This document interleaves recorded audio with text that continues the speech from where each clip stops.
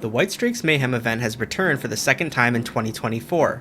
This event, formerly known as Midyear Mayhem, is the PvP event in the Elder Scrolls Online, and it will run from Thursday, July 25th at 10 a.m. through August 6th at 10 a.m. US Eastern Time. During this holiday, the people of Tamriel celebrate the victory of Pelennor Whitestrake against the ancient Ayleids in a battle known as Pelennor's Midyear Massacre. In honor of Pelennor Whitestrake's ferocity, celebrants anoint themselves with a red, blood-like substance to mimic Pelennor, who after the battle was himself covered in the blood of his righteously slaughtered Ayleid foes. During this in-game event, the following global effect will be applied to all players regardless of whether or not you participate in the festivities. Alliance points, Telvar stones, and experience gained from all sources in Cyrodiil, the Imperial City, and Battlegrounds will be increased by 100% for the duration of the event. In past years, this buff was tied to an item called the Scroll of Pelennor's Ferocity, which had to be reapplied to keep the buff active, but since that changed into a global passive, the scroll is now an obsolete item.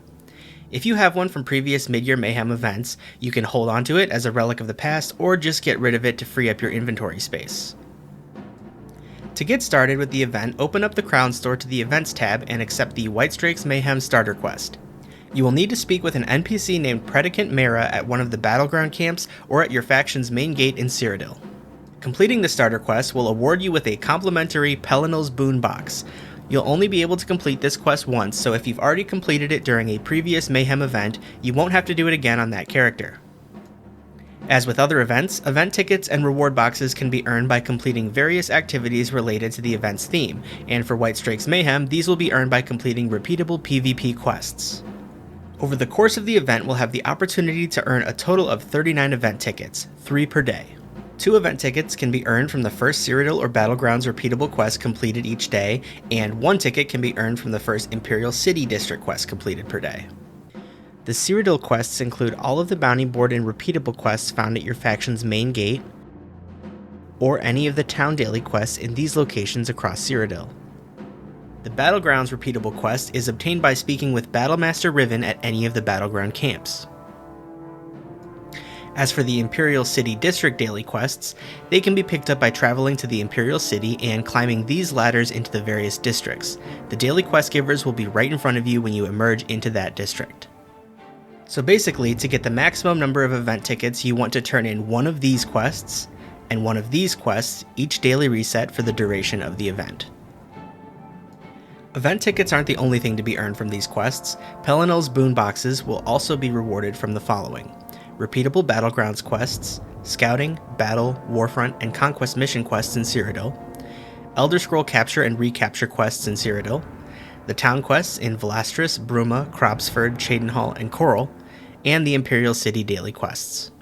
These boxes have a chance at dropping the following items: a parcel of Telvar stones, Cyrodiil repair kits, soul gems, transmute geodes, an armor style page, and one of the following: alchemy ingredients, a style page for your Alliance's armor style, a style item for the Akaviri armor style, a Daedric siege weapon, a Whitestrakes Mayhem book furnishing, a forward camp for your Alliance, a chapter of your Alliance's armor motif, or the full book if you're lucky, a prismatic runestone, a chapter of the Akaviri armor motif, or if you're lucky, the full book, and 1 or 2 fragments of the Alliance Breton Terrier pet.